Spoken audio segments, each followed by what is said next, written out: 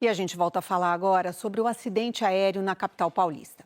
O avião, que voou por cerca de 1 minuto em um horário de pico, com tráfego de grande movimento na cidade. Você vai ver agora aqui no nosso telão, já vamos colocar, o trajeto feito pela aeronave. Às 7 horas e 17 minutos, como está marcado ali, o avião deixou o aeroporto Campo de Marte, na zona norte de São Paulo. A altitude, logo após a decolagem, era de 2.500 pés, o equivalente a 760 metros. Ele passou por uma região bem residencial, como vocês veem ali em cima, antes de cruzar a Marginal Tietê, que é essa via importante da cidade que você vê aqui bem no meio. E aí ele começou a perder a altitude. Às 7 horas e 18 minutos, como está marcado aqui, o avião caiu em plena Marquês de São Vicente, na Zona Oeste, que é essa avenida que corre aqui embaixo. Bom, fica muito perto, por exemplo, do centro de treinamento do Palmeiras e também do centro de treinamento do São Paulo. Ambos ficam ali na avenida. O mais impressionante fica também ao lado de um bairro planejado que conta com um parque e 13 torres com centenas de apartamentos. Vejam só exatamente onde foi que caiu esse avião. O dono da aeronave e o piloto moravam em Porto Alegre. A capital do Rio Grande do Sul era o destino do voo. O vídeo na rede social mostra o avião minutos antes da decolagem. A imagem foi postada pelo dono da aeronave, o advogado gaúcho Márcio Lousada Carpena, de 49 anos. Ele comprou o avião em dezembro do ano passado. A viagem de estreia foi para o Uruguai. Carpena escreveu: registro do primeiro voo, família reunida. O amigo conta que o advogado vivia um momento de felicidade. É um cara muito família, um cara muito um paizão. Foi só ele com as 3 crianças, né? Ele estava separado há pouco tempo da antiga esposa, né? Já estava com uma namorada nova, estava muito feliz, né, com isso. Carpena era especialista em direito processual, um ramo do direito público que regula a solução de conflitos. Ele dirigia este, que é um dos maiores escritórios de advocacia aqui em Porto Alegre, com uma equipe de 100 advogados. Foi professor durante 8 anos da Pontifícia Universidade Católica do Rio Grande do Sul. Esta ex-aluna conta que Carpena foi a inspiração para criar um jornal especializado em assuntos ligados ao direito. Eu acho que é quando a gente tem um mestre que nos incentiva a acreditar nos nossos sonhos, é muito importante. E ele foi daquelas pessoas que me recebeu no escritório, me escutou, me incentivou, ajudou financeiramente, né, a fazer a primeira publicação. O jurista se definia como alguém que ajudava e motivava pessoas a verem o mundo de uma forma diferente. Quem pilotava a aeronave do advogado que caiu em São Paulo era o também gaúcho Gustavo Carneiro Medeiros, de 44 anos. Um profissional competente e apaixonado pelo que fazia, conduzia sua trajetória com responsabilidade e muito amor pela aviação. Formado em Administração e Ciências Aeronáuticas na mesma Universidade de Carpena, a PUC do Rio Grande do Sul, ele trabalhou na Companhia Aérea Azul por 10 anos. Gustavo deixa o filho adolescente e a esposa grávida de 7 meses. Ele estava num momento muito feliz, profissionalmente e pessoalmente, né? Nesse momento, a tristeza de todos que tiveram o privilégio de conviver, de conhecer o Gustavo, ela é muito grande. Testemunhas do acidente relatam ter visto uma bola de fogo na avenida depois que a aeronave explodiu. O que mais chama a atenção é que, apesar do ônibus atingido pelo avião ter ficado destruído, quem estava dentro do veículo teve apenas ferimentos leves. A imagem foi gravada por uma câmera fixada na parte da frente do ônibus. Repare, o veículo chacoalha. Dá para notar e ouvir o momento em que a traseira é atingida pela aeronave. Na sequência, os passageiros se desesperam.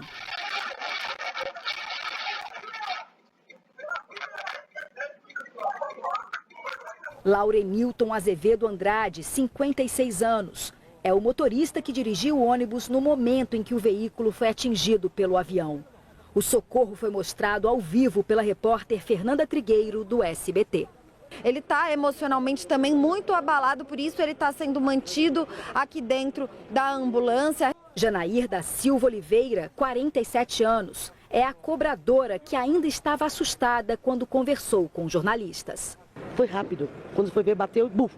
Ninguém sabia, pensava que era um carro. Deu tempo de eu abrir a porta e pegar a mulher que estava sangrando com a cabeça batida na minha catraca, só isso. Ao todo, 7 pessoas ficaram feridas e foram levadas para hospitais da região. Entre elas, o Alex, que estava a caminho do trabalho. Ele viu o avião caindo, pulou da moto e deslocou o ombro. O abraço emocionado na mãe foi carregado de alívio. Quem presenciou o acidente lembra de cada detalhe. Fechou o farol, eu parei na faixa de moto. Quando de repente eu olho para o meu lado, eu vejo aquele negócio azul enorme, o avião já caindo, vindo para baixo. Foi só o tempo de eu voltar um pouco para trás com a moto. Ele já bateu no chão lá e saiu pegando fogo, deixando um rastro de fogo, até ele colidir lá com o ônibus e pegar fogo totalmente. O avião atingiu a parte de trás do ônibus, que pegou fogo na hora. Bancos, janelas, inclusive a parte do teto, ficou tudo destruído. Além do motorista e da cobradora, 30 passageiros estavam aqui dentro. 3 tiveram ferimentos leves, mas não sofreram queimaduras. Se machucaram com o impacto da batida. Por pouco, Quitéria e Diana não estavam entre os passageiros. Se eu tivesse chegado uns 3 minutinhos antes na Barra Funda, é o que eu pego. O ônibus estava no farol ali atrás. Logo em seguida já vinha ele, né? Podia ser eu, né? Porque hoje meu ônibus atrasou. O outro ônibus que eu pego lá no Mora atrasou, né? Atrasou bastante. E esse ônibus que o avião caiu em cima dele é o ônibus que eu sempre pego quando eu venho pra cá. Então, foi uma sorte, né? Deus me livrou.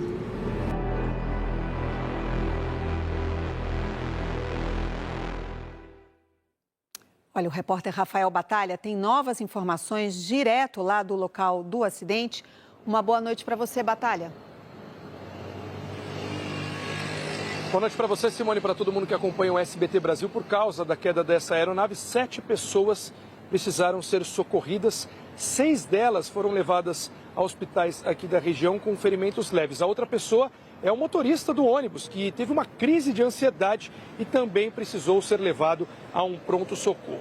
Ambulâncias do SAMU, 4 delas foram mobilizadas com 20 socorristas.